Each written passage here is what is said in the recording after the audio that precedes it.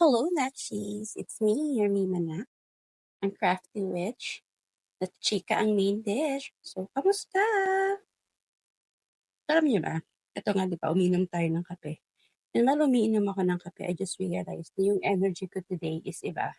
Feeling ko I am so unique in my own very special way. Kasi imagine, may 9 hours or more than 9 hours yung work ko every day. Tapos nasisingit ko pa yung hobbies ko tulad ng pagpapasa ng tarot cards, crochet, minsan gumagawa pa kami ng DIY projects ng bagets ko. And of course, ang everyday chika with you. Pero alam niyo ba, ang sekreto ko, may spell ako habang umiinom ng kape. Isang higop, isang ganap.